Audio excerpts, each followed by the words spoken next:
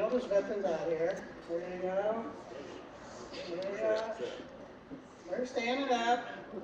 Really, I'm trying to get you to stand up so you don't fall asleep on me. Thank you.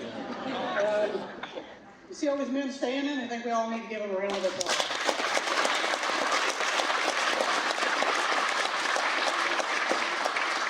Thank you for your service. So we've all been out the show and seen all the Oliver tractors and all the farm equipment, and what people don't realize is what an impact that Oliver had in the defense world, for the military, for the war, for everything that they did. So I'm going to cover some of that tonight, if I can get my electronics to work.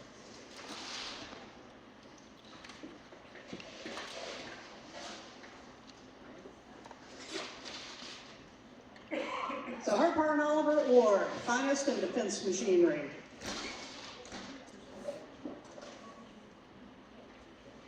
It doesn't work. There it goes. Did you do that or did I do that? I did that. Okay, I guess I have to nod at you every time. Secret code. So it didn't matter if it was land, air, sea, Oliver had their hand in it. So it all started back in about 1915 with Harper. And Harper got a contract from the military, or from the government actually, for $1.5 million to build 9.2 shells for the British government. So for Harper to do this, they had to design some special lathes. So this is a picture of the old original shell room. And if you see the sawtooth roof back there, that's where it first started, but they had so much to do that they added on. So the other rooms, those all became the shell rooms. And the contract was so good, in April 1916, they had 255 men employed at the shell department, and the numbers were increasing daily. So they added more buildings at a great expense, and they figured, even though it was a large investment, by 1917, they'd have it paid off. So they had to build their own lathes in order to do this, and you can see the Harper lathe there. For you guys up here, can you see okay, or you might have to just move to the back, or go ahead and take a nap. I'll wake you up when it's done. These are the Harper lathes that Harper actually designed to build those. So they built 100 of them in total. So there were quite a few of them built. The Canadian companies saw these lathes and were pretty impressed by them, so they ended up ordering a bunch of them for themselves too. So they bought $50,000 worth of lathes off of Harper back in the early days. So when they started building the shells, these are the rough forgings, and they'd have them piled outside, fields just full of them. They would bring them in to these lathes, and you can see the boring bits sticking out of the end. Right there. They would clamp all the shells in there. You see some of them clamped in. And the first thing it would do was bore into those shells. That's a close-up of the boring bit, and you can see part of the shell right there that's already been bored out. They also had some pretty neat tools for sharpening these bits, but I didn't put the picture in there. But they had a lot of work to do. Just by the time you got done boring one, you probably had to take a bit off, sharpen it, and keep going. So there's another picture of the boring room where they were working on them. And this is in the new building. You see how nice it is. And these, it had to be pretty new here. And they were just lined with lathes. When they got done boring them, they also had to trim the outside of them. So there you can see them being turned down on that lathe.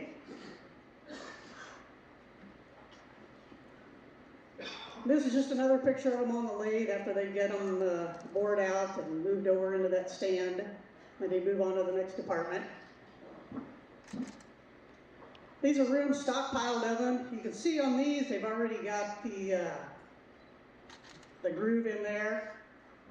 Those had to be grooved to put the ends on them. So they're getting ready to go into the next division. This is an interesting room because this is an oven, and they have these little copper rings. They would move these in there, and they'd get annealed in there. What I like about this picture is the way they move stuff. You can see this rail right here, and there's this little cart right here. So they put stuff on this cart, wheel it right back to here, or they can take this cart and just roll it over to here and move it back and over.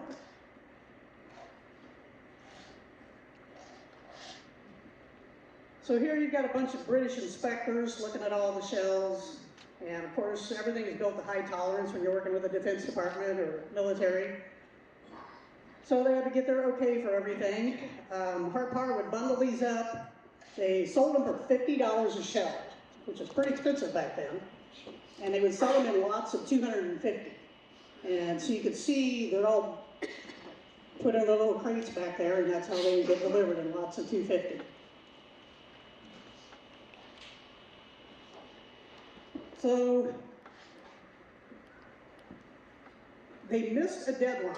They were building these shells, building a lot of them, got into 1917, were just getting to the point where they were going to be able to pay for everything that they had done. And they missed a deadline due to some shortages of material, and thought that would be okay, and the British decided, no, that's not okay, and they canceled the contract. And there they sat, unable to pay for everything. So they're unable to profit from it. They got to pay for it, but there was no more profit. So they went after some other contracts, and one of the contracts they got was building the wheels for the Nash truck. So these had to be built pretty high tolerances there and turned down. So you can see those are the wheels, and they got a contract, and before it was all said and done, they built 20,000 of those. So here they are. There's a lot of them being turned down on the lathes. And they could turn those out at 100 per day. So after building over 20,000 of them, and you still see some that shows once in a while on trucks, and if you look, I've got this blown up, but right there, if you get around a Nash truck, look for the initials HP, and you will know those wheels are cast by Harpar.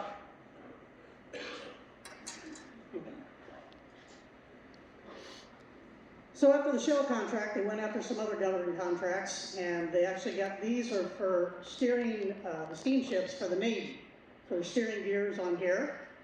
So they built, I think around 292 of these got built. They also built these. These are windlass. It looks like a winch, but it's not. It's for turning the rudder on a ship. And I crew on an LST, and we have something similar to this too, where it's all done with chains of cables that if something breaks, you got to go down there and manually do it too. So they built some of these for the ships, for the Navy. And they also got a contract to build engines, steam engines for the Navy ships. So that's what this is all about.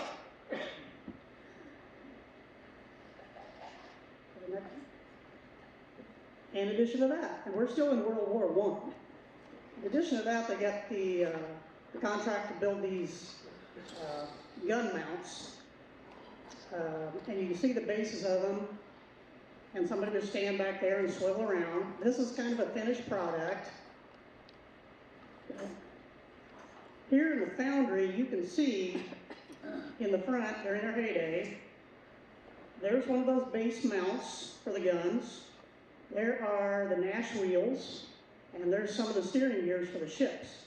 So this was where it all started, right there in the foundry. And from there, you go on to the machining and production. So that's what Harpar was up to. Cletrac, who was really focusing on just building equipment to go out and keep farming. They didn't have a lot of contracts in World War II, or World War I, I'm sorry, but they were pretty active, helping out in war efforts wherever they could. And this is a Cletrac H, used by a bunch of sailors to pull what I think is a jenny out of the water for Marines, sailors, somebody.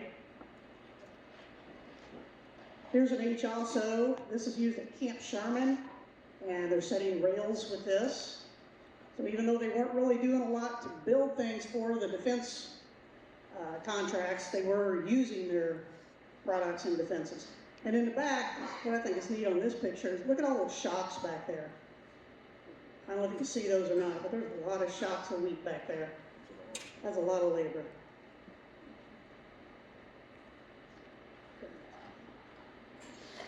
and the Oliver Chill Plow Works. They were not to be left out, sort of. So what appears to be a tank right here, this is a Liberty Loan Parade in South Bend, World War I. It's even got Oliver on it. But what you don't know is that is made out of wood. So that is not a real tank, and it's hard to see, but underneath, there's a tractor underneath there. These are tractor wheels. So Oliver felt it was more important for them to keep the tools going to feed the soldiers than it was to actually make the war products. So Oliver did not make much the Chill Plow Works during World War I, and I'm sure that does not exist anymore, but it'd be neat to build one, put it in a parade. I don't know, today you get in trouble for stuff like that, though.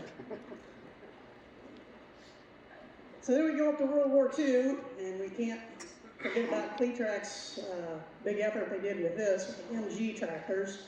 I believe this one's in the Solomon Islands. And they built thousands, quite a few thousands of these. I don't think we have an exact number, do we? Just thousands. They were actually called airport tractors. In some of my research, I found some of the diaries from the LSTs, and the LSTs had some of these on them where they would transport them out to wherever the crew was at, and they actually called them Cletrac airport tractors. But they're known as bomber nurses, MG1s, MG2s. There were some of these that were built for Cletrac by John Deere. So they're still going to have the Cletrac dash, or the grill casting on it. It's still going to be a Cletrac, but it will say made by John Deere. And John Deere needed something to do because there wasn't a lot of call for those two-cylinder tractors in the war effort. So Cletrac kept them busy. This is one of my favorite pictures, because of course I like airplanes, and after today I really want one of those crawlers. I don't know if you saw me riding one around today, but it's going home with me. I went through the parade and took a little ride out back and ran over a couple cars. And, you know, you come to a tractor show in a Prius, that's what you're going to get. But this is a really nice picture of a Cletrac bomber nurse doing what it was made to do. This is one that wasn't quite so lucky. I found this picture in the archives, and this is, I know from being around airplanes, this airplane was moving when it hit this. The prop was turning, so you can see the props are all bent back. So I don't know who got in the way, but there was a little collision there. And Cletrac did a lot of other things during the war too. There's not a lot of pictures of them, but the bomber nurses, of course, and they did the M47 final drive assemblies. They did armor casting of the final drive carriers. So there were a lot of parts that they built for the military, just for tanks. Probably did some gun parts too.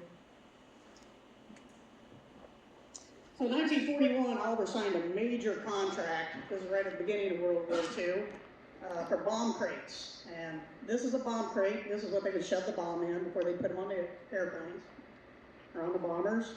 They also had contract for shells, signal flares, a lot of tank parts, transmissions and gun mounts. They also ended up building a lot of parts for other people that had contracts. And one I'm really excited about going and looking at now is the gray marine engines. They did some of the castings for that, and the transmissions in the Higgins boats. And I've spent a little bit of time playing on those, and it's got a gray marine in it. And next time I'm out there, I'm going to be all over that thing, see if there's any sign that might have been built by Oliver. If it was, it's going home with me too.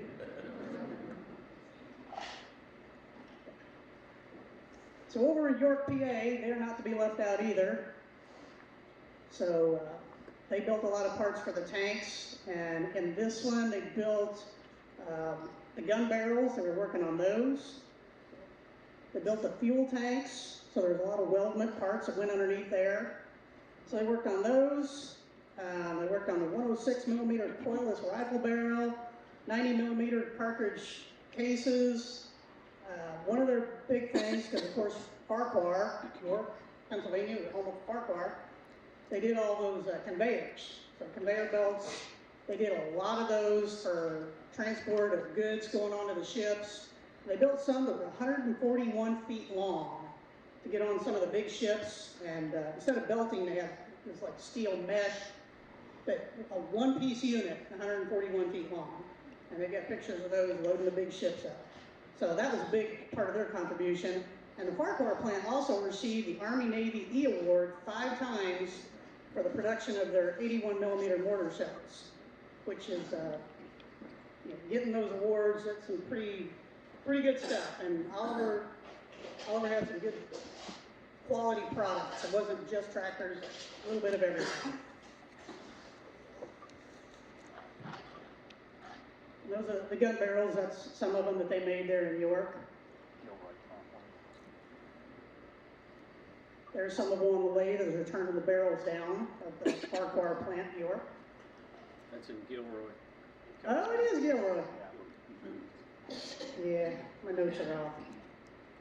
Okay, so Gilroy was BG out in California. They also built some of the barrels. They did a lot of the pan scrapers that went over to Korea. They contributed to that quite a bit. Now we're back to York. This is Farquhar. These are sprayer units, and of course they were big in orchard sprayers and all the different kinds of sprayers. So this one is used for chemicals and disinfectants, things like that for the medical division of the military. And here at York, they're turning down the 106 millimeter barrels there also. This one's pretty self-explanatory, the walloping wheelbarrow, so the 106 millimeter recoilless rifle. These were, the barrel was at York, and other parts of it I know were built in South Bend and some other plants, everybody helped out. There were little pieces everywhere, just depending on what kind of machinery you have there in the plant. What was the big press we were just looking at in, that was a Battle Creek. 7,000 ton press that they had in Battle Creek. That could really stamp some stuff out, but we'll get into that one. So here are the transmission assemblies. Those are made in Charles City for the 25-ton carrier. They also made some of the U-joint shafts for the 2.5-ton M34 cargo truck. Those are in South Bend. Not too fast. They made the axle assemblies in South Bend. These are for the 20-ton crane carriers. So, and I don't know, has anybody ever seen one of these? To know if there was ever casting in it or anything that might have identified it as Oliver? Or you probably didn't even know they made them. Everybody be looking now. And of course, the 155 howitzer, those were a pretty big piece that was made by Oliver in several different plants. Shelbyville made a lot of it. There was some of the gun mount bracketry that was made in South Bend. And this is a picture in, I think it's Leaf River, Illinois. And there are several of these scattered around. And if you go look at them, go ahead. Make sure you look for that tag, because it does say the Oliver Corporation. I know there's one here in Missouri somewhere, there's one in Pennsylvania, there's one in Kentucky. Some of the parks or VFW halls that you'll see machinery sitting at, I'm not going to stop and look at them because it might say Oliver. Do not take the tag off of it. But that picture was taken in Shelbyville as they're working on the weldment on the base. That's another good example. And it'll say below it 1955. I think the other one might have said 1956. Okay, yeah, it was 56 and that was a 55. So it's got a serial number on it, but the best part, it says the Oliver Corporation. So Oliver was pretty big in those howitzer guns. In Springfield, they made the signal flares. They had a way of forging them, pressing them out, and it was exemplary to what they wanted, so they made a lot of those in Springfield, which I'd like to run to the antique store over there sometime and see if we can find one. But again, you never know. And up in Battle Creek, they were building these oil cooler fans for the tanks, and they had the work of most of the assembly of the whole thing. They had devised a method somehow of brazing those fins onto that shaft, and from the turbines I've been around, that's pretty delicate work, and they were superior in that. They built a lot of those. So my favorite, of course, is the airplane. So Battle Creek, Michigan had the Oliver Aviation Division, and it was in 1951, they received the largest defense contract ever by Oliver, and that was from Boeing. So they knew they couldn't do it where they were, so they bought that plant. It was a Crane plant. And they bought that, set that up to be their aviation division, started tooling it all up, started building Boeing fuselages for the RB-47 in 1952, rolled the first one out in 53, and in 1953, Oliver reported their highest sales ever of $46 million. The year before, it was $17 million. So it shows a lot more money in airplanes than there are tractors. But as you can see, when they're building an airplane, they send things out to everybody. The line 42, I believe, is the fuselage assembly. And if you look over, it says the Oliver Corporation.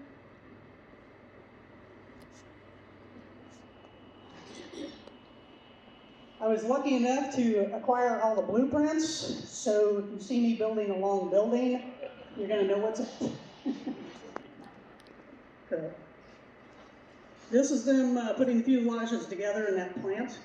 As you can see in the middle, there's railroad tracks. There's quite a few fuselage sections, so as they would get done with them, they would bring a crane over, lift that section up, roll in a train car, move it over, set it on there, strap it down, and off it would go to Wichita for its final assembly. But Oliver built 255 of those. When their contract ended in around 1955, yeah, it was about 55, they finished up with the contract and they didn't get renewed, they didn't build any more of those. So there Oliver sat with an empty building. So they decided they'd start building the 44. Super 44 was intended to be built in Battle Creek. They did build a few of them up there, and then they decided this great big building was too big for the Super 44. So they got rid of this building, still had some empty space, and that's when they brought in the outboard motor division in Battle Creek to try and take up some space, provide some jobs up there for all the jobs that have been lost doing this. So Oliver had a lot of money, a lot of revenue coming in from the war, defense efforts, building equipment. When that all ended in the mid-50s, mid to late 50s, it was all done. They had invested a lot of money in tooling, in buildings, and everything. So they've lost all those sales now, and it took a pretty good hit for Oliver. So people think that that was the farm equipment that was starting to go downhill. That's not necessarily so. They had a lot invested. They lost a lot of revenue, so there's kind of a trickle-down effect.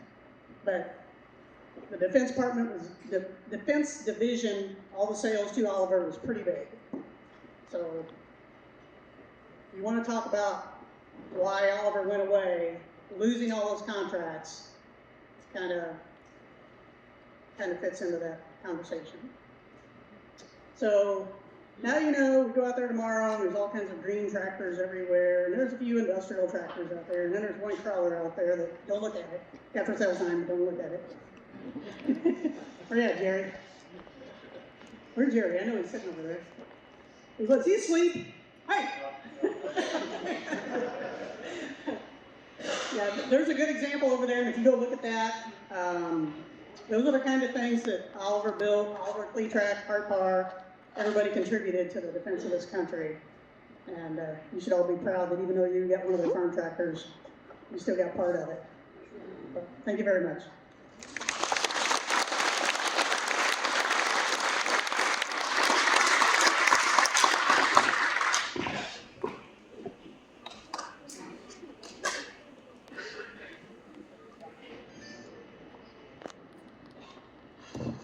Thank you, Sherry. That was wonderful.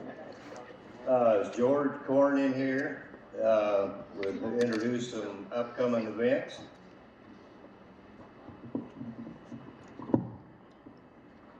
Met George last year at Canandaigua at their show, and we had a whale of a good time. I'm sure glad that folks come down here to see us in Missouri this year. There you go, George. I just gotta say, you guys done a bang up job on your show. Very, very good. We enjoyed it.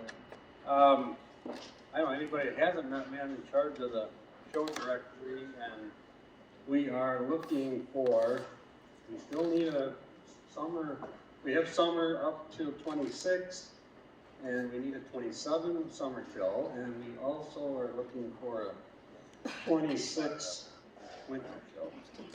So, and our upcoming winter show will be at Empire State, which we represent, in New York. We are going to host this winter show coming, and that's going to be in Jeffersonville, Ohio.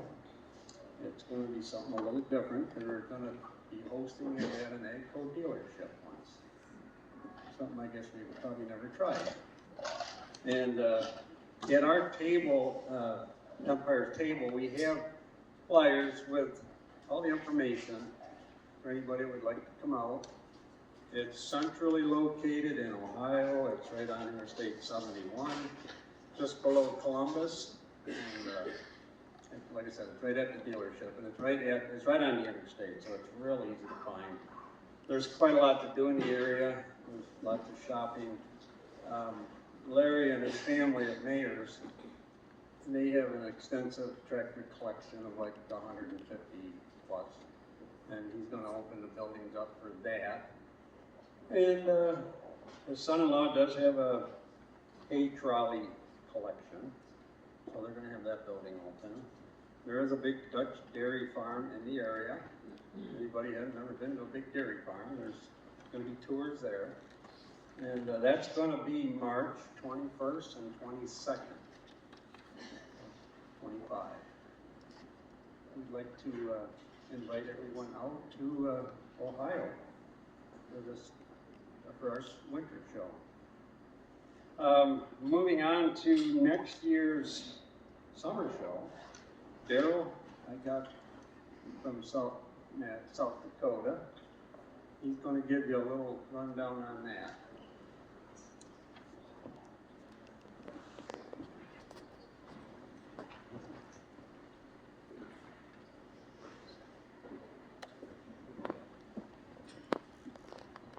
Well, first of all, I'd like to thank the Missouri group for a very fine show here. And another reason I'd like to thank you folks is my wife and I celebrated a wedding anniversary a couple days ago and really didn't do justice. So thank you for dimming the lights and giving us a little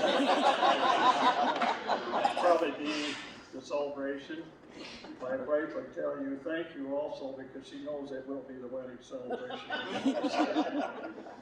So anyway, yes, a little bit less than a year from now, we do have the summer show planned over in Madison, South Dakota, at Prairie Village there. It will be the fourth time that our Great Plains Club has sponsored it there.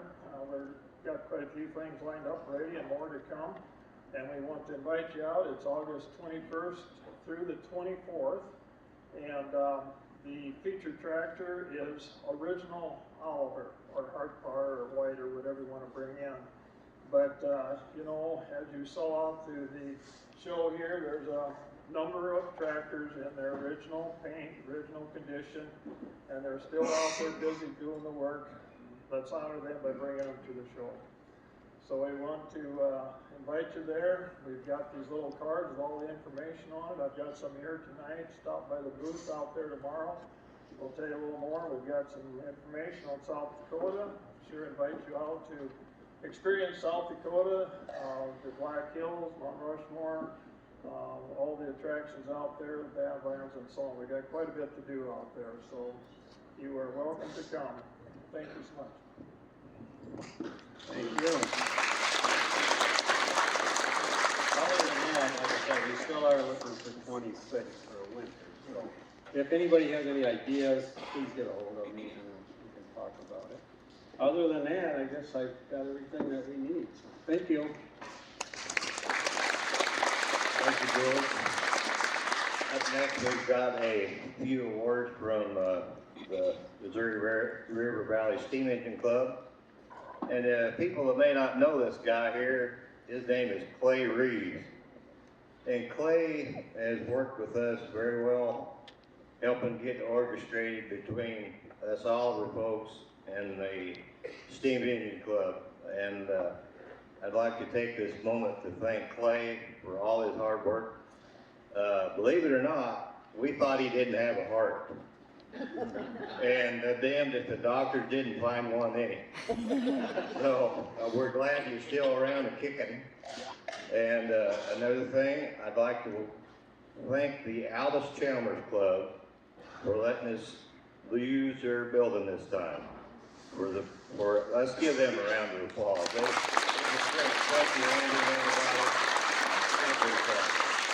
It was wonderful that you did let us do that.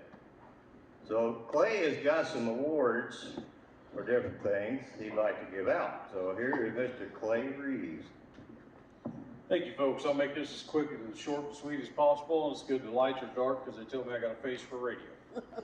So, real quickly, how many people here traveled over 500 miles to come to this show? Raise your hand. Wow, you look around that room, that's pretty impressive. How about over 750 miles? Still fairly impressive. So let's jump 900 miles. Anybody travel 900? Goodness gracious. 1,000 miles. Got one for 1,000 miles. Two for 1,000. Okay, 1,100 miles. Anybody go 1,100 miles? This is going to get close. 1,050 miles. 1,025 miles. We got to figure out who this is here. 1,010 miles. How far did you travel? I don't have an exact figure. Don't have an exact figure. Close to 11. Close to 1,100 miles. Well, let's call it this. So this is an award for you for the longest travel to our show. John, if you want a picture.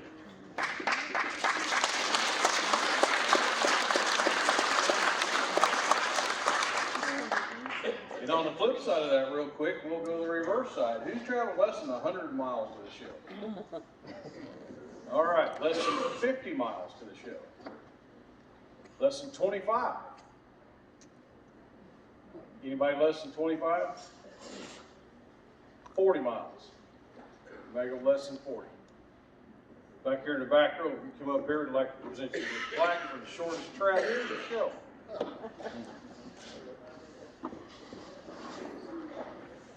We'll move on a little bit. I already know this one, but this one is the person that had the most exhibits at our show. Do I need to ask? Does anybody here have over 25 tractors at this show? Yeah.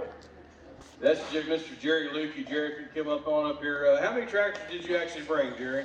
About 30. About 30 tractors this show. Let's give him a hand.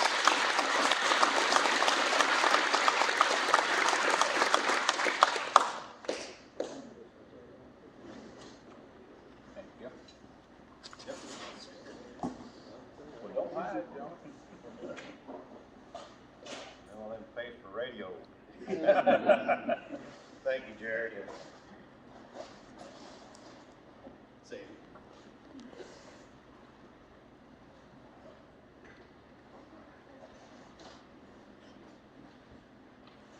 Good? Okay. All right, this one is, we've talked to a few people, the rarest tractor, Dale DeLong with a white 2255.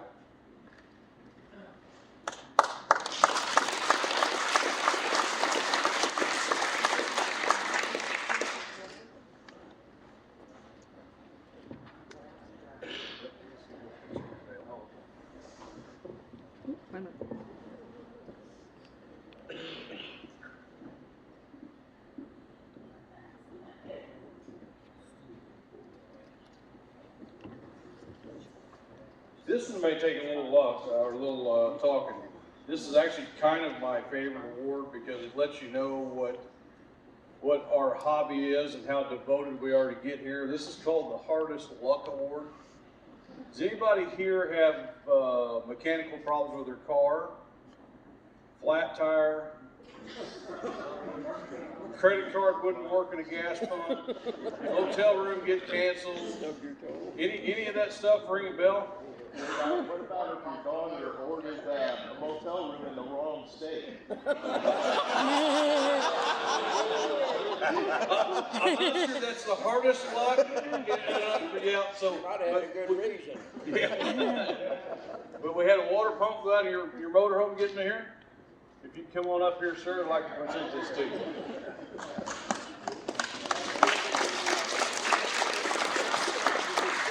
That just kind of lets you know in our hobby that no matter what, we still try to go to the tractor show, whether we should or whether we shouldn't. Thank you, sir. That makes a $1,600 bill a little less painful. That's a pretty $1,600 plaque. So I'll give it back to John and we'll see if we can get wrapped up here. Thank you. All right. Another foot. We are got some items to auction off, but first of all, we've been setting a little bit. We're gonna play a little game of heads and tails.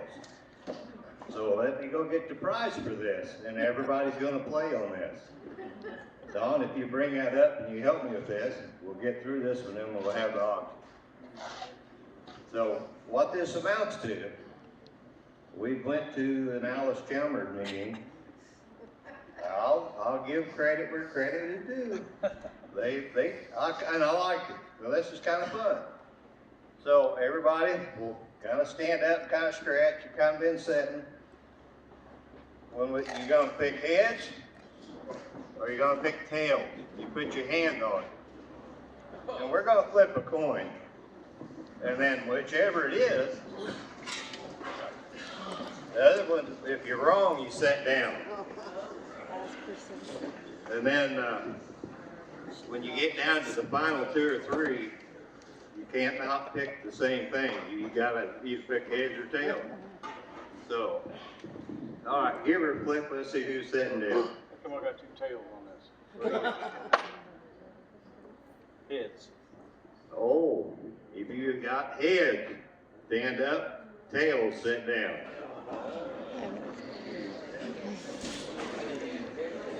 All right, here we go. If you got heads, sit down. It was tails.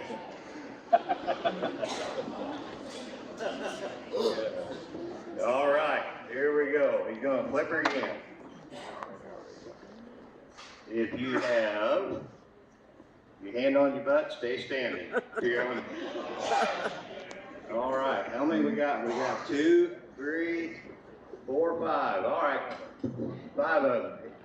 Heads or tails? Everybody? All right. If you got heads, keep it standing. Tails, sit down, please. All right, here we go. We got 3, so 4. Okay, all right. Here we go. Oh man, if you got tails, you get to sit down. It was heads. All right, we're down to 2. One's got to pick heads and one's got to pick tails. So you better pick before we flip. So we got heads and we got tails. And the winner is heads. All right.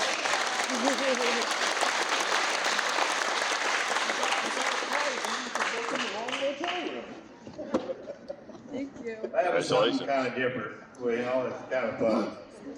So we'll bring the items up, and we'll tell you who donated, and Don will auction off.